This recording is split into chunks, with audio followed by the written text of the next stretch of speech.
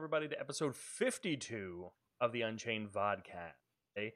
As usual, Self, Kriss, Brand, everyone is here, fortunately, despite lots of recent trips and just busy weeks. Yes. We fortunately all turned out to talk about Siege. Specifically, we're really going to look at balancing Siege, how we think Siege will work, how it'll work against people, what will be the role of Siege weapons, as well as how we can work on countering Siege in game, and what just in general we think Siege will be like in the beta tests, particularly beta 1. To get that started, I wanted to just get started with the role of Siege and what we think, not just in beta, but specifically in the game, everyone thinks the role of the Siege weapons will be for Camelot Unchained. Well, obviously the thing that everyone goes to is the main attack force against player-made keeps structures. PV door. Exactly. PV door, PV wall. Hopefully not only. Hopefully not only, but that is the first main thing that I think that they have to be used for, and that they were ever intended to be used for. And then it'll branch out from there to other areas. I think also with that kind of in tow with it is it's a way for crafters specifically to provide a more of a role in the siege element of the game and PvP in general, as they build ideally all these sieges. Well, they're supposed, according to the at least the BSC days, crafters are supposed to be the best at operating those siege engines. So But it definitely gives crafters a way to engage in ranged combat, as well as fighters and other people who may not have ranged abilities. It does give them some capacity that when they're not storming the keeps and stuff. One thing I wanted to ask y'all about was, what do you think about, obviously, PV door, getting that initial breach is going to be one of the main focuses for siege weapons through a wall or a gate. What about after that initial breach happens? At that point, what do you think will happen with the siege? Will they just be abandoned? Will they still have some capacity to affect the keep beyond that point? That has yet to be determined, I think. In past games, that answer would be no. You would just despawn them. Right, you would despawn them or leave them if it took too much time to despawn them to join the main assault group going in. Given that there are a lot of variables with spell components and the things that CSC is trying to do, it is potentially possible that they design a siege engine to have various arc capabilities, in which case maybe you can do a little more fine-tuned control of siege bombardment, trying to clear over walls to continue hitting enemy players as your team is pushing through.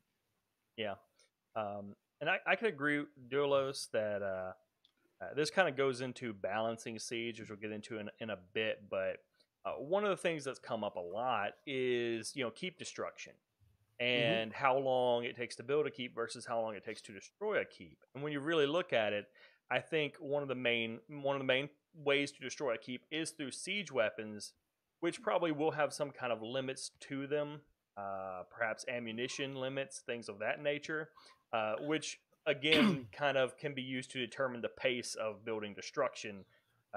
Even once you capture a keep, maybe that is the method for quick building destruction, is continuing to bombard it, in which case that might be expensive. Whereas there are two ways of going with that. First, in terms of siege itself, the more you destroy the keep and the surrounding walls of the keep, the easier it's going to be to take it. But the longer once you take it, if you intend to keep it and defend it, the longer it's going to be for you to rebuild the defenses and having it up to be defended also. Well, if you try to destroy the least possible, it makes it hard to create a breach to get into and take the keep. So you have to balance both of those things.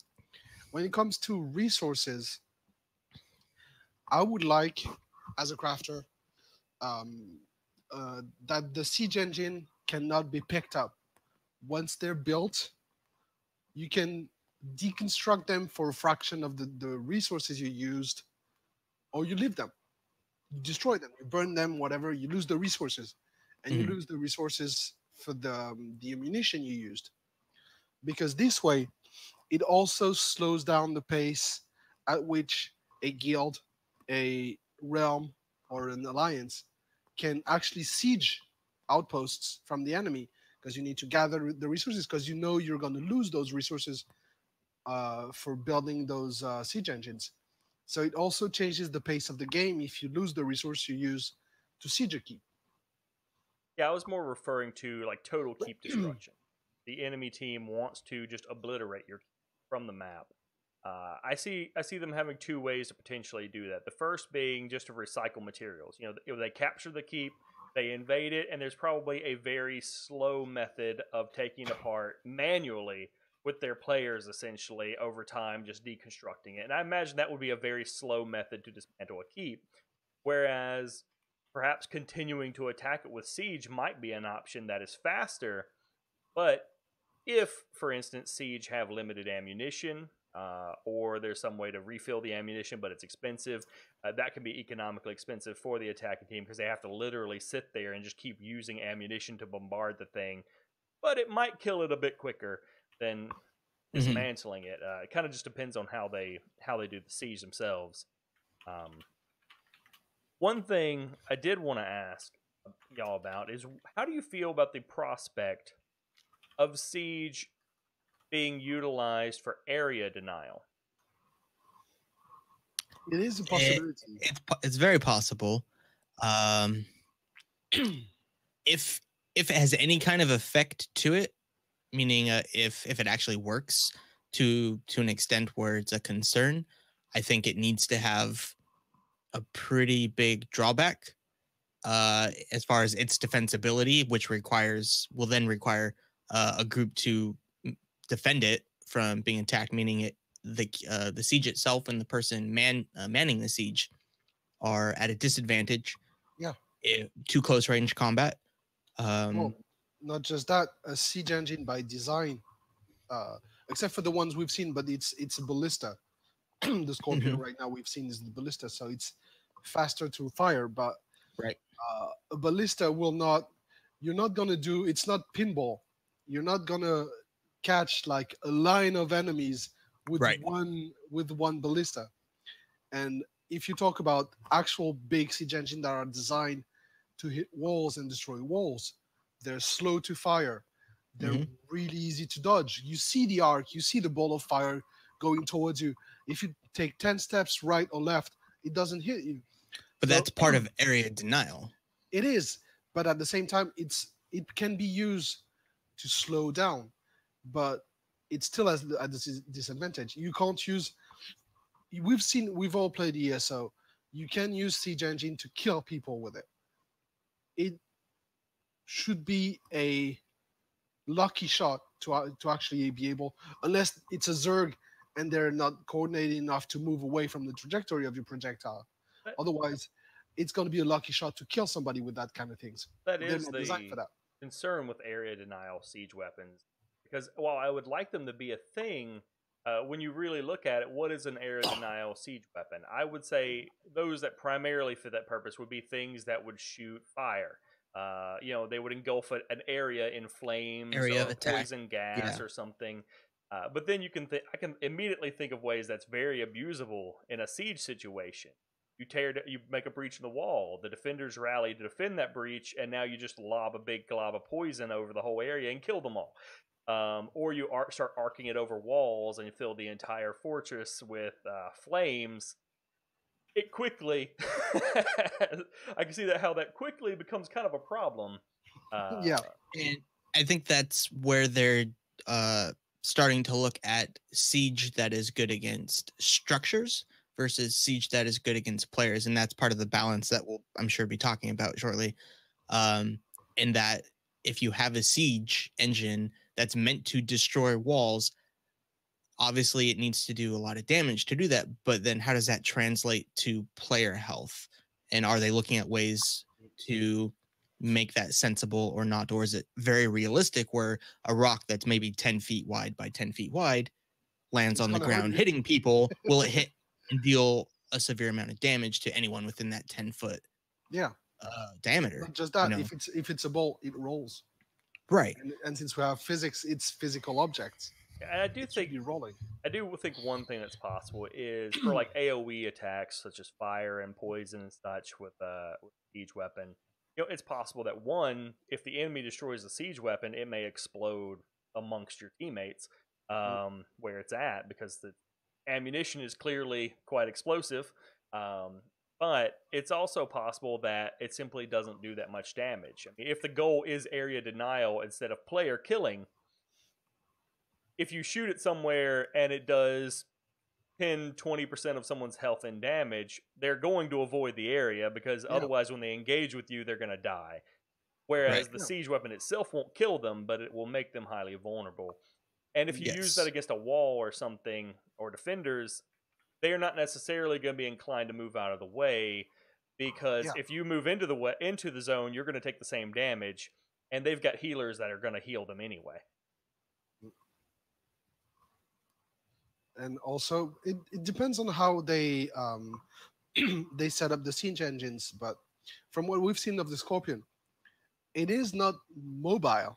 Once you set the Scorpion, you have a certain range of aiming, but you can't just 180 turn your Scorpion. You cannot. I've asked that question. And start hitting the people who are coming at you from the back. So if you aim your siege engine towards the keep, you can hit people coming from behind the keep, depending on where you angle it and the range of them. But you can't just turn it around and start hitting people who come at you from the back. So there's that too. Yeah. What do you think about Duelos's suggestion that siege should have to be, for ammunition, for keeping them supplied with ammunition, should have to use supply caravan? I'm all for that. Yes and no. I'm all for it. I'm sure it would be great if I saw it. I'm sure other ways would work just as well. Yeah. It could also be a choice. Either you have a certain amount of crafters with the materials going to the siege, building it on the spot. It takes longer, but you don't have to have a caravan. Or you pre-build the elements, you put them on the caravan and you bring it. It's faster to build on the spot, but it's more dangerous to bring it to the siege. I could also see having two different options for siege themselves. Perhaps there are things that are basically kind of low-tier light siege, such as the Scorpions, where you can carry it on a person. You can carry ammunition on a person. They set it up as a consumable. They shoot it. Once it's out of ammunition or they move, it's pretty much gone. Then you may have things like trebuchets, which may have to take much more time to construct. Maybe you can even deconstruct them to get some of the resources back if it's not destroyed. But you need something like a caravan to carry ammunition to it, because let's face it, no one person can carry around those giant rocks. No, it's true. I mean, to my knowledge, caravans have a point A to point B intent. It could be that if you send a caravan, we don't really know how they work quite yet, but if you're capable of sending a caravan to a specific player-made outpost, you could perhaps pick up those items at the outpost. Awesome. Yeah. And those items could consume multiple spaces in your inventory rather than just one slot. I do think that's more likely than having the supply caravan go directly to the battle. Right.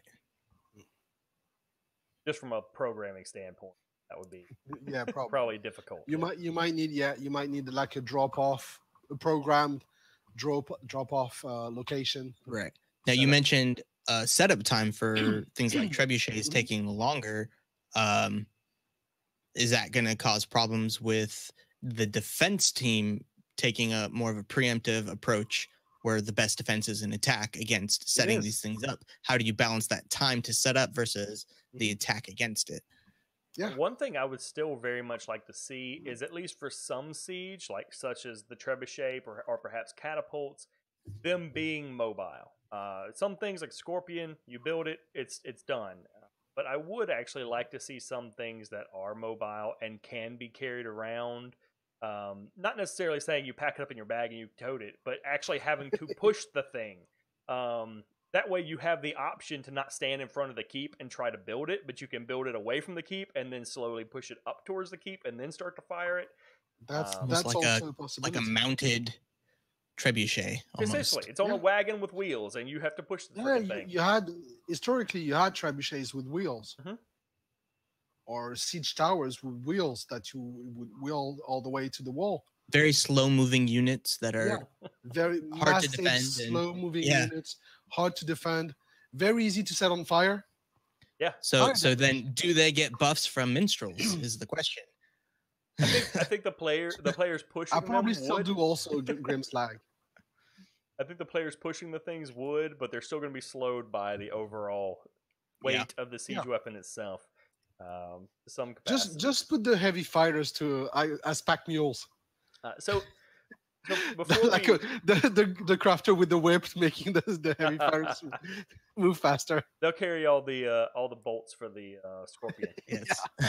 Perhaps before we go fully into the balancing versus players, how do you envision the counter siege working? You know, once you're in the siege mode, fulfilling the role of siege weapons to take down the castle, how do the defenders stop them? Ballistas, for example. You could build setting up counter siege. Yeah, on top of your walls, on the wall, or inside siege, the keep. I think there's a number of ways. That's obviously one. I think ranged characters, archers in particular, the archer class has the ability to target the person manning the siege, hopefully with their longer range. Maybe not. Maybe archer's range is actually shorter than siege range. Or maybe the blackguard. Sorry, no. The Arthurian archer. I'm forgetting names. It's been a while. Yeah, blackguard. Oh, there. I was right. There you go. Has the being the longest range of the archers. Yes, exactly. They're all black something. Being the longest range, maybe they have the potential to target specifically the person manning siege.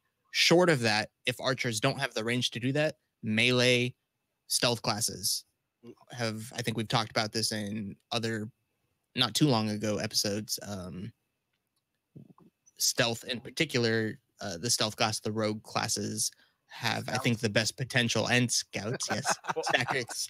Sacrix's not here, so you can Scouts have been mentioned as being able to sabotage things, so I actually think it fits very well within their ability set to be able to sneak up to a siege weapon, plant some kind of a device on it, and then run away and set it on fire or something along those lines. Any kind of distractionary method that pulls player forces away from the wall to have to defend siege takes time away from actually attacking a wall or attacking a keep, which gives the defending team time to call for help, find more guild friends, or just in general, if there's a world general chat, just be like, hey, everyone's attacking here, everyone amount to this area and we'll just help. I do think that having powerful siege also encourages the defenders to sally forth. Actually take their melee forces, leave the walls of the keep, and go out into the field to engage the siege weapon. I think that's going to be needed. Which I think is good for the game as well, because I think everyone is in agreement that no one wants to see an hour-long battle of people just long-distance shooting back and forth at each other. Boring. Boring, yeah. It's a little bit boring. Now, for manning a keep with siege weapon, do you think that the siege weapons for that should be just consumables? Should they be a city upgrade, or require some combination of the two? For what? For defenders? Mm-hmm. For everybody. I think it's got to follow the whatever the mechanic is to build siege. If you can place it down anywhere, it shouldn't be a city built upgrade. It should be a craftable, consumable item you place on your walls. Crafting line upgrade. You should have to specialize in siege engine building to make them, especially the bigger ones, the more complex ones. Crafters should be specializing in that rather than building swords and armor, specializing in being engineers rather than crafters, and making those siege engines, the traps, the things like that. All things siege related should be a crafting line, a skill line. I will say on that, I fully agree with that, that there could be an upgrade that perhaps expands maybe the width of the platforms of your walls That's kind of what I to was thinking. allow for bigger yeah. siege. Mhm. And that siege itself is already probably to a point where it takes up a certain size requirement to place down. Mhm. Yeah. And that certain areas of your castle may not allow that, and that you can create upgrades to allow that for crafters to then come and build siege on those areas. Yeah, one of the things, I think the only thing that conflicts with that, because I think that's a good idea, is that the keep itself might need an upgrade tier for the walls so that they can have siege that fit up there. Mhm. And so if you have like a tier 1 keep, you can't put siege up there because your walls aren't big. Yeah. The only Right. problem with that, of course, is cube, where you design your own walls and how big they Right. are. Yeah, And it thus, should be an upgrade. upgrades It should may be a not design choice. exactly. Upgrades It's may more not of come into there. I think it would be more of a design choice than an upgrade, because we're not in a game where you have tiers of outposts.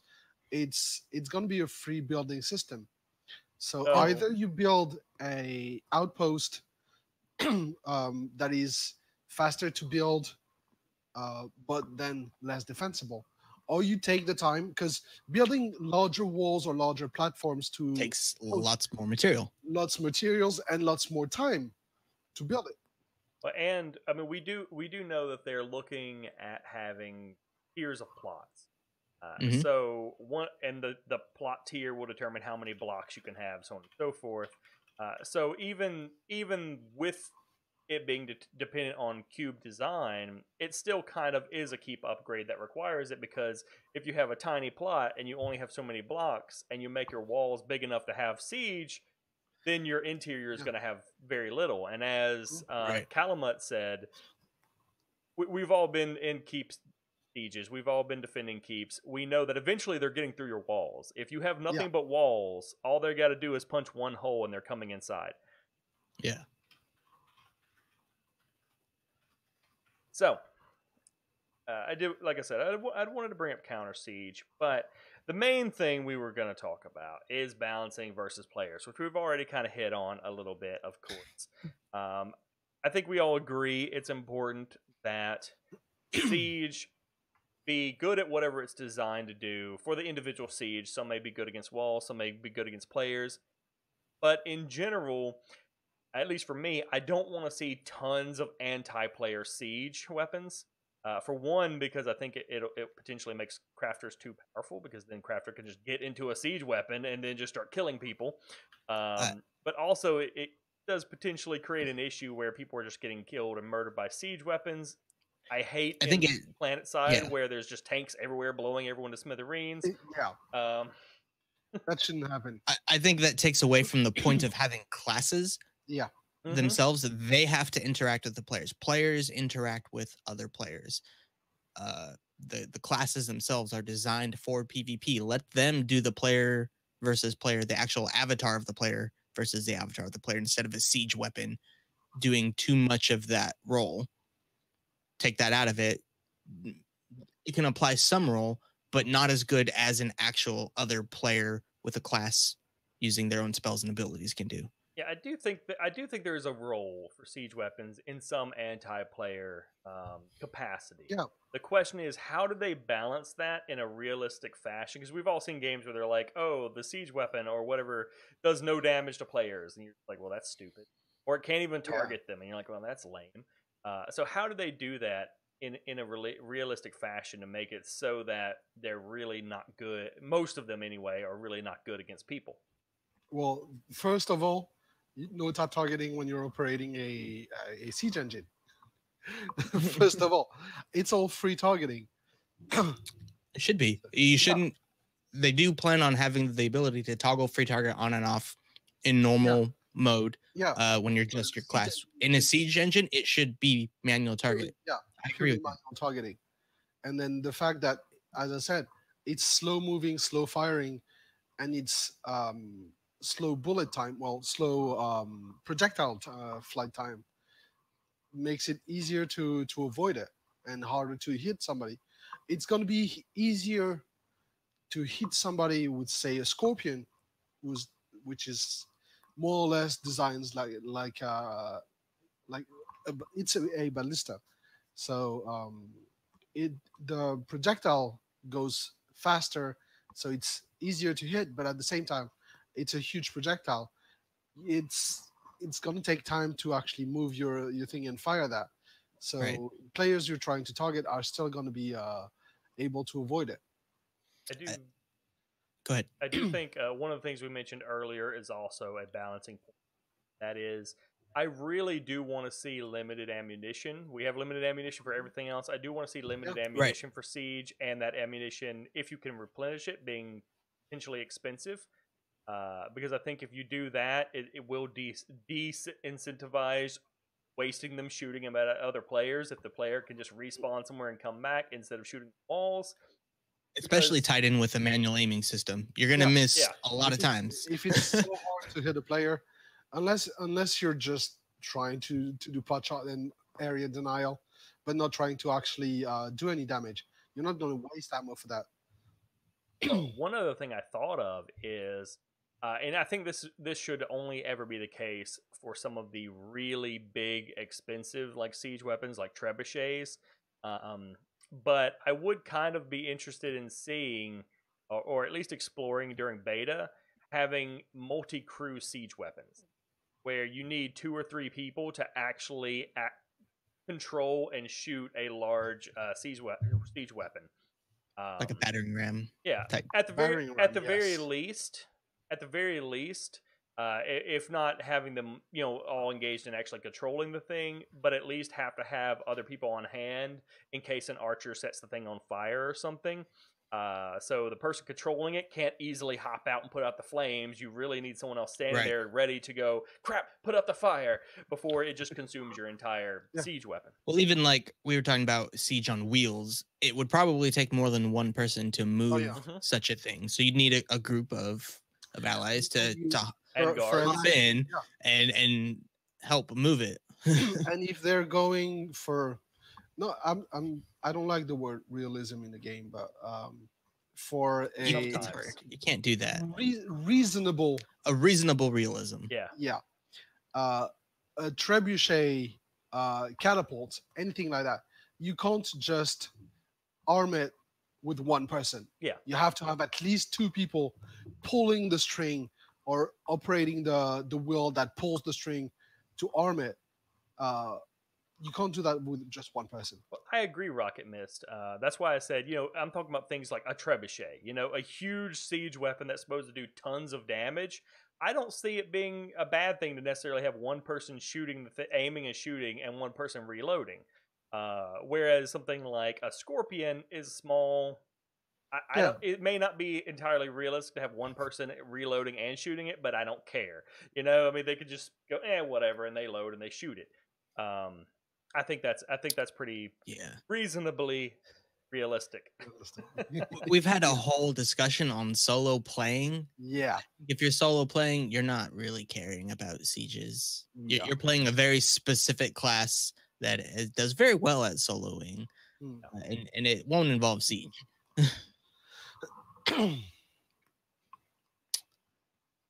I do also think, we kind of touched on this earlier, but I do think having things like scorpions being able to direct target players is pretty okay.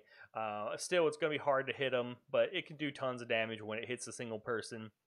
But for most weapons that I do think perhaps they can get around this by designing siege weapons that are designed to be an anti-player. Again, perhaps focusing on the area denial aspect, and making them so that their intended purpose isn't, while it's anti-player, it's not necessarily to kill them so much as it is to weaken and just keep them out of certain areas to control the battlefield more so than really trying to take completely kill people. Any extra damage that you are taking from a source that you're not focused on is just going to further hurt you. So anything that a siege can do for area denial against players is an advantage for your team if you are the one sieging, whether it's just small amounts of damage or a radial amount of damage in AoE, or even movement impairing effects. Anything like that, it would be considered helpful towards the greater cause of that skirmish. Assuming that someone being in a siege wasn't replacing an already powerful DPS class. If that person was a crafter just assisting another team, then it's beneficial. But if you're taking someone from a composition, an 8-man composition, and moving them into a siege engine, I think it should be the case that you're hurting the team by doing that. Yeah. I think the majority of the siege purpose should be PV door, getting through the walls, and in which case anybody can contribute, because most classes aren't really going to be very good at tearing down keep walls. They're not really made to do that. They're made to kill people. So I think that should be the main focus. And in that purpose, siege weapons should do a ton of damage, because what I would really like to see is that most siege are expensive. They are not exactly easy to just set up tons of them all over the field. So you need to, they're valuable, and you need to actually protect them and keep the enemies from killing them, because that incentivizes the defending team to come out of the keep and kill them. Rather than just definitely hiding behind the wall. And as I don't remember who mentioned it earlier. I think it was Rocket Mist. I'm not sure. No, Grimslag. If a crafter is operating the siege engine, it's doing even more damage. It might be faster to reload or faster to fire. Some advantage to actually having a crafter operating them. And if it's the crafter who actually built it, even getting a bigger bonus for that. I would totally agree with that. That makes the crafter also, because targeting the siege engine might take a while. If you're wanting to mount a small assault to cripple their ability to attack, rather than targeting the siege engine, you target the crafter that's operating it, making it more interesting for small forces. Because to take on a big siege engine, usually that means there's a big force outside your walls defending it. If you want a small force being able to actually defend or cripple the ability to attack, just target the crafter who's operating it.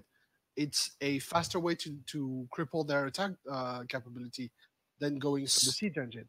With that, how do you combat the crafter mindset and I say this because there are many people in our own community and guild who want nothing but to craft and have no interest in PvP and will not stand behind a trebuchet to fire because not every that's crafter's PvP. If they don't want to do that, then at the same time you're not going to have 50. At the same time, you're not going to have 50 siege. If we go with the idea that siege engines do a shit ton of damage to walls, and you don't need 50 siege engines to take down the walls, it's easier to balance that. But as far as finding the population to fill that role, if crafters by and large, some do, many probably do want to also craft / PvP as a crafter. Just as many probably don't. From at least from people we've talked to, how do you find the population to fill that role to being the siege engine operator? Well, even still, I mean, even if the crafter has bonuses, that doesn't necessarily mean they're the only ones that are viable. It just means they're a little bit, so we're not talking about a crafter only siege. No. I'm talking about bonuses to the fact that the crafter is operating it. Yeah. Not exclusive use of the engines by the crafters. And what I would like to see, and this kind of goes to addressing some of what Sacrix was just talking What I would really like to see is, like I said, I would like to see, there are some smaller, weaker siege weapons such as scorpions and things like that. But then there are high tier, very expensive, very powerful siege like giant trebuchets and things that can really do a ton of damage to the wall. Now you're not going to see 50 of these out there. You're going to see maybe 3 or 4 on an attacking side being built up and put up. The goal is that they do tons of damage, so you really, really want them if you're attacking a really big keep. If you're attacking a small keep, it doesn't really matter that much. But if you're attacking a big, fortified, like, tier 3 keep, then you want these huge, expensive siege weapons. Yeah. So what happens in the battle is, instead of seeing, like, a 3-hour back and forth, the attacking team arrives with these huge siege and then some smaller ones. The defenders can either successfully destroy those siege, in which case the attackers are going to go, well, screw this, we've failed.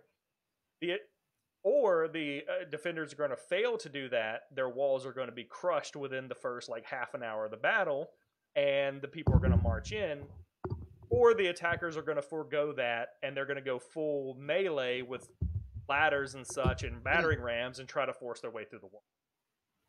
That's kind of I think the dynamic I would like to see, where really, if the attackers are going siege and they lose their siege, I mean, they're not going to just throw up more siege. They're probably going to go, well, just screwed up really bad. Yeah.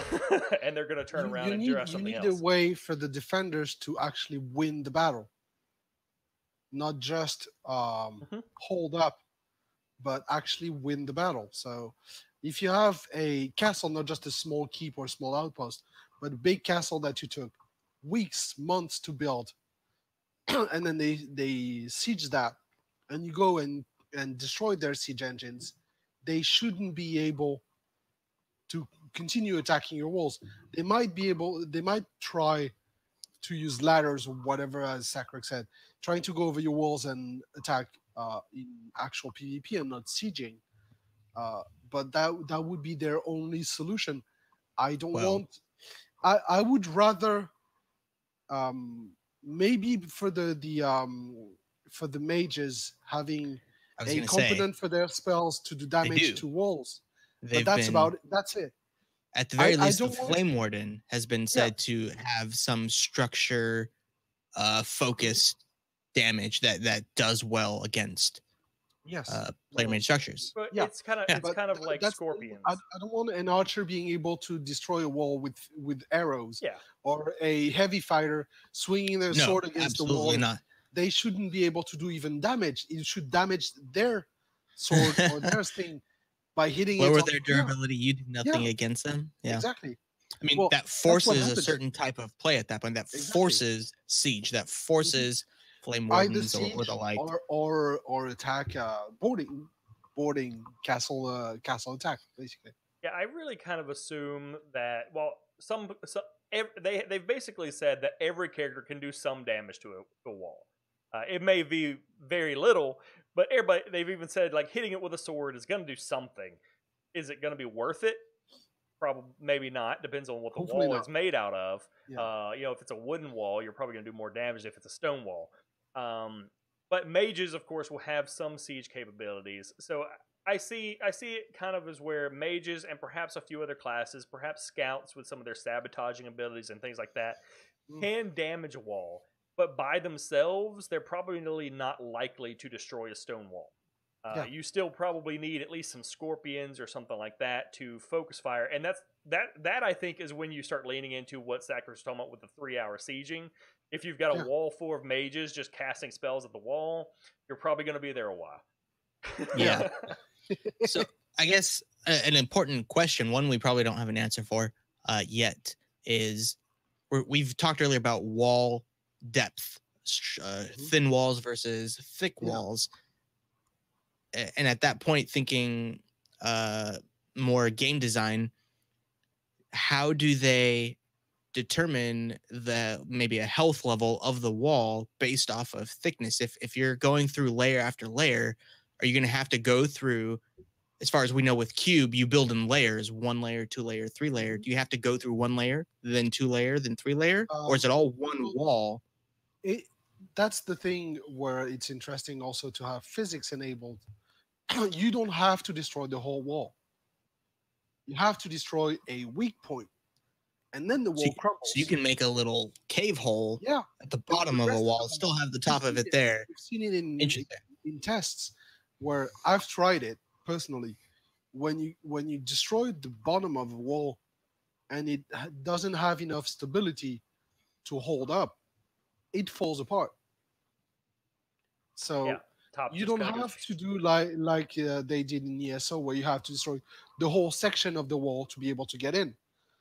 You can focus your attack on a small part that is maybe not as strong, or if you focus your attack, easier to damage. But it's like we said earlier. I mean, we know that they're looking at having limited blocks and limited keep size within the tier of your plot. So you can have a keep that has a super thick wall, and yes, it's going to be very difficult to get through. But then the attackers are probably just going to come up with ladders, climb over your wall, and you have no defenses on the inside. Yeah. They're going to learn that that wall is super thick, and they're going to find a way around it. Exactly. As long as there are ladders or towers or something in the game, there's no way you can keep them from just going over it if you decide to build a wall that's like 5 blocks thick. And the problem is you have to have the resources for that. So I think you have to have, I think the best option is really a blended approach, having a strong wall and deciding how strong it needs to be versus your interior keep to defend the inside of the keep, because otherwise your interior defenses are going to be feeble. People are just going to lob catapults over your walls and kill anyone in the interior. They could just climb over your walls and right on inside, so on and so forth. And same, if you do a 5 layers wall, who's going to provide your resources to do the 5 layers? And what material are you using? If you do a 5 layers of wood wall, any siege engine that can fire fireballs or Greek fire or anything is going to go through that like butter. And that's why you've got to have the interior of the keep as well. I mean, you've got to have a building, at least one building inside that you can defend from inside of. They did say getting inside the keep is not the only thing to take the keep. Yeah, you need to claim it, and they haven't said anything about what they're gonna do, but there will be a mechanism to actually take the keep and claim the keep. Right. Which means they're trying to avoid the nightcaps. That like, obviously, that's been talked about a lot. And within 5 minutes, the keep is yours, and the defenders can't do anything about it. So there's 2 things. Yeah, the walls are important, but as Vellic said, the inside that once they go through the walls, if you don't cripple them fast enough for them not to go through the wall, you need to be able, once the wall falls or once they get inside, to still be able to defend. Right. So that at that point, there is now a strategy for defenders to build specific types of keeps based off of tier levels to give them almost a min-max type of presence, best wall defense versus also best inner defense against players. And now there is this need for offensive people taking units or taking walls to kind of know these elements of there's a strategy to building. If you're going to have a weak inner or a weak outer and a strong inner, knowing those types of things is going to be helpful, I guess, to attacking players. Definitely. And you'll see some siege scenarios that are very quick or very long, depending on how the defense or how the person who crafted that, basically, whether it's one or multiple people designed it. So there's a design element on the player end to make that harder or easier for people attacking it. Yeah. Now, we've kind of talked about the balancing versus player quite a bit. So I did want to diverge a bit into beta itself, and especially in case we have any people either here or watching the recording later that aren't intimately familiar with the state of beta. What we think Siege is going, what we expect sieging to look like in Beta 1. There's just a chair there. I'll answer for him. He just crafts the thing. Not much. Yeah. To be honest, not much. At the start of Beta 1, there's probably not too much Siege. We know Scorpions have models. Siege. Well, we know scorpions have models. We know scorpions can be planted in current Can be operated. tests. I won't say too much. We know that scorpions have at least models, and they've been tested by players and tested by developers. Yeah. That's really all that exists on the siege level at the moment. Yeah. It mentioned the magic mortar, but right, and I think we'll start to see those either mid to late beta or going into beta 2. The different siege types. I don't think they're planning too much beyond the current siege. They're working on obviously scenario 2 pretty heavily right now. Scenario 1's actually getting pretty wrapped up, it seems like. So we'll see siege in limited function in the scenarios that will focus on them. But beyond that, we're not going to see too much of it. It's going to be largely kind of king of the hill faction wise. Who controls the keep? I think at least initially. Yeah, I think the only testing we'll really see for siege is perhaps some early rudimentary DPS versus how much damage they're doing, so that they can just start getting ideas of numbers that for what they want to run with the siege and do damage to them. That's probably the highest level we're going to get in beta 1 is just getting raw damage data versus 1. Some idea of what they want to do that, along with the wall destruction. And perhaps maybe a little bit of toying with shooting at players and how difficult that's going to be just by itself with normal shooting, to see what other levels of, again, balance they need to add for these things to make sure they aren't viable replacements for classes. Absolutely. It's going to be a while. Yeah. And I have to agree with Sacrix. Yes, I do think that building and crafting is going to be pretty dull in beta 1. There's not going to be a whole lot except for gathering and some basic crafting. Kriss can hopefully there will be enough that Kriss can do some basic theory crafting. That's my hope. Be pleased enough. I don't expect a whole immense a lot of stuff. Probably not. I doubt there will be any building whatsoever for Siege. I think Siege will just be things you can spawn and use in some scenarios. Yeah. I don't think it'll be really a craftable thing. But I could be wrong with that. I mean, there's no reason they couldn't make it craftable. But I think if they want people to test it, they'll probably just give you the ability to. I mean, that's not saying too much how it is right now. Yeah, you can just drop things down. Strike JK just kind of obliterated a server a couple weeks ago doing that. So, yeah. Yeah, we'll have the Saturday night sieges. So there's going to be. They've already said there's going to be some siege. There's going to be the ballista, possibly a magic mortar. I don't think we'll have a catapult because I don't think they want to go through the effort of modeling the animation and doing the animations and everything for the catapult right now. That's easy. It's so much more easy than what they're doing now. Given how long it took them to do the scorpion. Well, I mean, that was like months. They have 3 animators now. And the list, I don't know if you get, Kriss hasn't seen it, but the list of things they've actually finished animating, and they've actually listed all the things they finished animating this week, is actually kind of big, considering they have 3 people. So I'm just saying. I mean, it took them forever to do the scorpion. So I'm assuming for beta 1, at least the start of beta 1, they don't want to bother with the catapult, and I'm assuming that's why they mentioned the magic mortar, because it's just a cannon thing that shoots a magical effect. Probably way it might even use the scorpion model to do it. It probably won't. They have a tendency to just make new things for new things rather than rehash old models, which is kind of cool. It's good. Yeah. A lot of people don't do that. They just utilize something else that they've already done, but yeah, maybe. We'll see. And questions so far about the magic mortar have led to a maybe not. We'll see.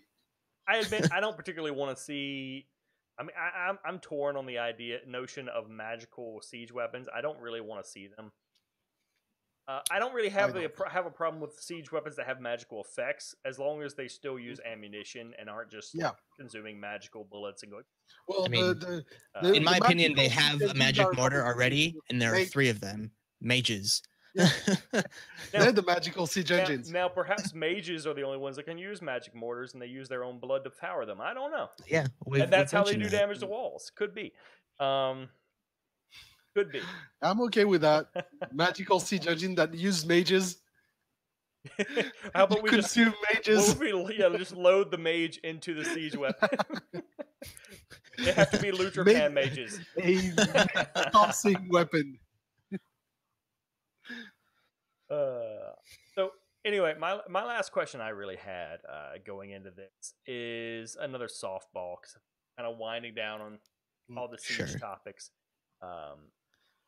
Who actually likes using siege weapons? Like, just out of chat, y'all, who actually enjoys sitting there shooting siege weapons? I do. I actually enjoy it. We haven't seen many games that actually offered that. So. I think I'm not going to say I do. I typically play a ranged class of some sort, whether it's healing or ranged DPS, either physical or magic based. So I feel like those who play melee classes have so far in MMOs typically found themselves kind of just putting their fingers on the table, waiting for things to happen, and finding enjoyment while waiting by hopping in the siege engine. So I haven't really had to do that too much. I still find things to do as a ranged player predominantly while sieges are taking place. I'm usually play tank, but I do actually shooting them. It's not a siege engine, but the only actual weapon that I liked manning was the cannons in Archage. But that was for kind of a different reason. I was okay with the siege engines. I was not okay with everything around them, but the way they functioned, the siege engines in the ESO.